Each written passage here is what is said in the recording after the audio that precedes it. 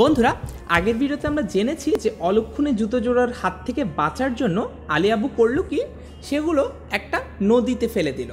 তারপর কি হলো? সে কি রেহাই পেল? না, রেহাই পেল না। কি হলো সেটি জানবো এই ভিডিওতে।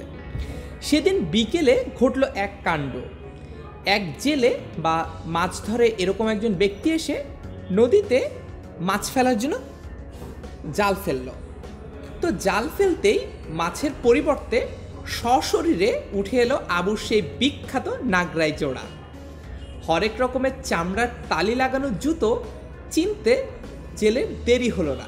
তার মানে হচ্ছে, যেহেতু সবাই আলী আবুর জুতোগুলো চিনে অসংখ্য তালি দেওয়ার কারণে একইভাবে কিন্তু সেই জেলেও তার জুতোটি চিনে ফেলল।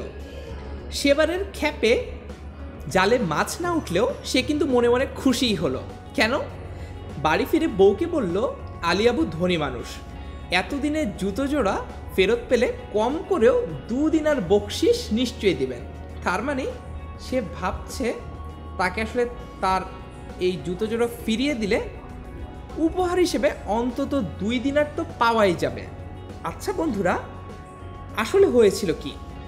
আসলে অলক্ষণী জুতো জোড়ার অলক্ষণ থেকে বাঁচার জন্য আলী আবু কিন্তু জুতো জোড়া নদীতে ফেলে দিয়েছিল, কিন্তু একজন জেলে না বুঝে এবং না জেনেই সেই জুতো জোড়া আবার তুলে আনলো।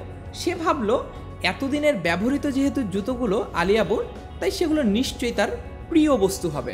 এই প্রিয় বস্তু হয়তো বা কোনো ক্রমে বা দুর্ঘটনাবশত পড়ে গেছে নদীতে, সেগুলো তুলে এনে বা উদ্ধার করে এনে দিলে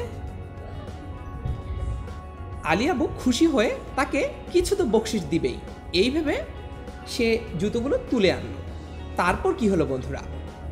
আলী আবু এই জুতো জোড়া ফেরত পেয়ে কি খুশি হলো, নাকি আরও রাগান্বিত হলো, নাকি নিজের ভাগ্যকে নিয়ে নিজেই উপহাস করলো?